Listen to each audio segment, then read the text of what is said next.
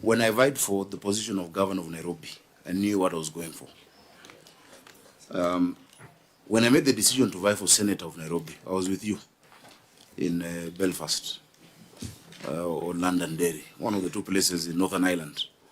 And I remember I was chairing a meeting, but I chose not to chair that particular session, and I was scribbling on a long notepad. That time, we were in the same committee. You're a senator, I was a member of the National Assembly, but chair of the Cohesion Committee and Equal Opportunities. I understand my city of Nairobi.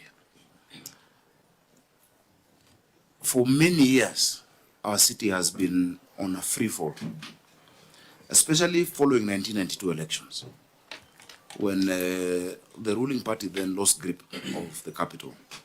And so there's been a lot of systemic decline in our city over those years, whether it is in matters of land, in matters of fiduciary, issues.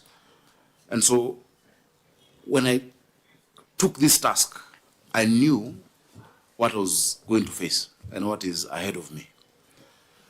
As you've seen, from 2013 to 2018, Nairobi has been getting disclaimer opinions. It's been a mess. From 2018 to 2022 has been also equally a problem.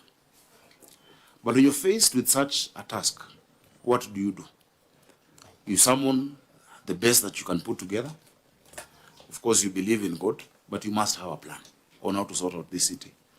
This city will be sorted out by ourselves. And that's what I keep telling my team.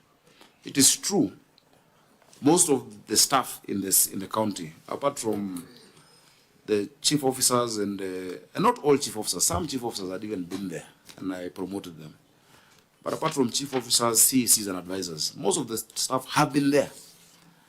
Just this weekend, there was a celebration of Team 89, inspectorate officers who joined in 1989. And many are there, some have retired, 35 years ago. To bring change, there is no instant thing you can do.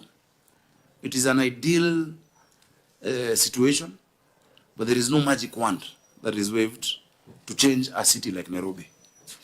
But I'm happy that I can be able to track progress that we've made, significant in many, many areas, whether it is in healthcare.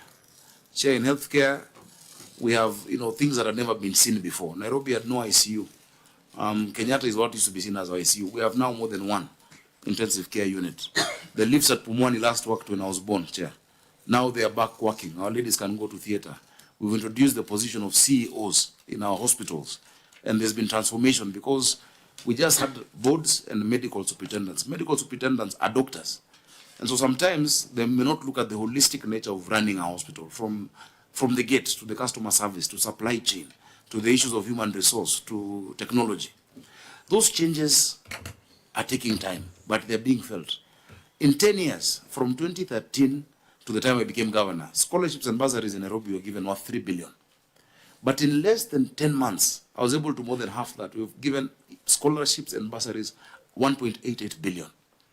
People around this city who had never felt the county, they had never felt devolution, now are wondering, oh, so actually my child can get a bursary thrice a year?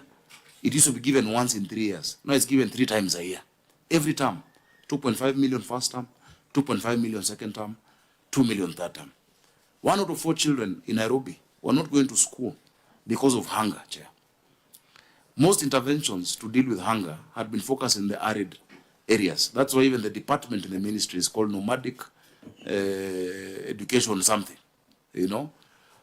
We said it when we were in the Senate that we need to do a feeding program. In fact, I'm very pleased that if you look at the Hansard when Senator Wambua had brought the Mang Beans bill, I spoke about how Nairobi will be buying ndengu from Kitui, which we are doing. Chair, in less than a year, we're able to build 10 kitchens. We're able now to feed 184,000 children every single day at 5 shillings. We've been able to get significant support towards that program. School enrollment has gone up from 250,000 to 310,000 just in the second phase of the school feeding program. In the third phase of that program, Chair, we're going to make sure, because we've now broken ground to another 7 kitchens, we're going to make sure that all children in public schools are fed and then the public schools become satellites to the informal schools, upbeat schools. When I say Nairobi was on a free fall, there's no explanation why Nairobi has 210 public primary schools, yet we have 17 constituencies, 85 wards. If you look at maybe some of your constituencies in your counties, one constituency might have 100. But how do we sort out that challenge? Do we say, let us not feed these ones because we can't feed everyone? Today we've increased that enrollment. We're now building 5,000 classrooms. The national government committed, and they put 1 billion for classrooms. We have put 500 million, and every year 1,500 classrooms. Meaning by the end of this first term, we'll possibly have left more classrooms than I found when I became governor of Nairobi. So, Chair, the challenges are numerous. This is a city whose last master plan was done in 1976. The last physical master plan of the city, following the 1948 master plan. We have now gotten resources to do the next master plan of the city through the Millennium Challenge Corporation. And that's why in 2 weeks we're going to be accompanying the national government to the US. NMS made an attempt to do those master plans. New plan is a foundation for planning. But that was not done. We have $60 million now just to do that proper master planning for our city in 12 months. And after that, we secured $700 to $800 million to implement it. A city that had not been planned looking forward, of course, would have the challenges that we see today, that there's no water. People are wondering, Chairman, why is it that the dams are full of water, but the water rationing is going on? And when you try to explain that, very few then understand that, first of all the water that we receive in Nairobi must be treated through a treatment plant. In fact, because of the rain in Gatere Forest and the debris in the Chania River, our production capacity at Ngedu has moved down from 18,700 cubic meters per hour to 17,400. And that's why we're able to get NOS to go and clear, help us clear that. Because of that lack of planning, Chair, as I go to conclude, I know I've taken time, Nairobi had only 4 sources of this water that we talk about. 3 of them done by the colonialists. Kikuyu Springs done in 1904 to 1910, 6,000 cubic meters to the city. Ruiru Dam done in 1928. Sasumo done in 1958, 60 million liters per day. Those 3 were done before we got independence. When we got independence, the only project that had been done was was Ndakaine, done between 1994 and 1997, producing 84% of our water. But it was done with a view of a population of the year 2002, which was 2 million Nairobians. So every day we get 525.6 million liters against a demand now that has gone to 900 million liters a day. What have we been able to do within this 1 year and how many months? Almost 1.5 or just slightly above. Maybe 20 months to be exact. We've unlocked the first project that was being done after that period of Northern Collector 1 to add 140 million liters to bridge that gap of water. We have secured, and that process is now ongoing, support to do Northern Collector 2 and Maragua 4, which adds 220 million liters of water. But the next 1 million liters of water also must be looked at. Our engineers, for instance, at Nairobi Water have designed one of the programs at Ngevu, where we lose 30 million liters of water every day because of the filtration system. Just at 2 billion is now going to bring back that 30 million liters, half of Senator Medhu's Sasumwa in his county, just at 2 billion shillings back into the grid. The future will not plan itself, Chair. The challenges are there for the city, but the opportunities are there for us. We hope that, Chair, even to engage the Senate, my senator, our members of parliament, resident associations, there are so many stakeholders, that this year, with our vision 2050, we can then now look at Nairobi. By the year 2050, with a population of 10.5 million people, what needs to be done today, moving that way? So Nairobi is a peculiar city. As you said, I saw a report saying that our revenue is that of 30 counties combined. The GDP of Nairobi is $28 billion. Rwanda as a country is $11 billion.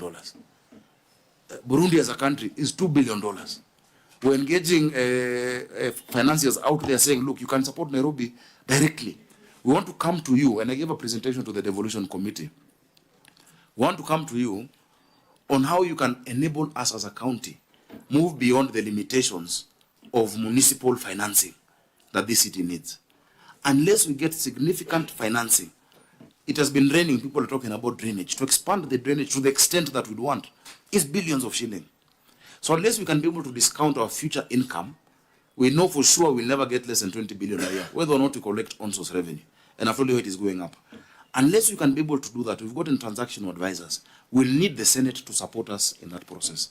So, Chair, there are many things that I can talk about, but let me not talk about it. But just to underscore, I've been a senator longer than I've been a governor. I've been a legislator. Leadership needs bold decisions to be made. You find a situation, you look at it, you address it. While addressing it also, you must make sure you create political stability, for you to be able to implement it. Unlike NMS, whatever was there, one, we are not military, we have to work with the people. Then, whatever entity was there was not a threat politically to anyone. No one was trying to pull it down. But now that where we are, and I'm very happy that despite a lot of misinformation that has been out there, the Senate, and particularly your committee, has been objective enough to look at the issues. I want to conclude by saying that I'm very happy that this notion or idea that the county government of Nairobi, or the governor of Nairobi, does not want to be held accountable. I hope that that is debunked. Chair, I've come to the Senate more than any other governor. This is today is possibly my 13th appearance in this financial year, to different and various committees. Out of 15 invites, in fact, for you, you said one invite, that was missed, or two. We are ready for accountability, being accountable. And I keep telling you, audit is a tool to help the county. But I want my officers to know that no one will protect you again. Everybody must answer for themselves. Everybody must must be able to answer for the actions they take, no matter who is your boss. And that is why everybody signs a performance agreement. I have performance contracts with my CECs. They have in turn signed performance contract with the chief officers up until director level. So I want to thank you for your cooperation. The Senate really can support Nairobi County in many counties. If governors understand what the true essence of Senate is, I think we can actually make our counties work, and we can make Nairobi work. So thank you for your patience. We've taken a whole day, but just to let you know that I'm available to come. And in fact, I was telling the Committee of Devolution, I will also proactively invite the committees and even this committee to look at specific issues in order to help us be better at serving Mwananchi. Our citizens sometimes are not very patient in terms of what they want, everything now. But we must also, as political leaders, carry them along and let them know this is what we're doing. This is the progress we're making. We're not there. And sometimes we may falter, but we've moved from point A to point B, and we're moving to point C. That is the essence of leadership, Chair. So I want to thank you so much for your time. Thank you, Governor. Senator Sifuna. Thank you, Chair. Because my colleagues were generous enough to donate their time. Governor, sometimes you read the room. These guys have been here from morning. And it is not always necessary to put out your view of your achievements at every point. I can assure you, when Nairobi works, it will not come from you. You will be hearing it from the people of Nairobi that in Embakasi South,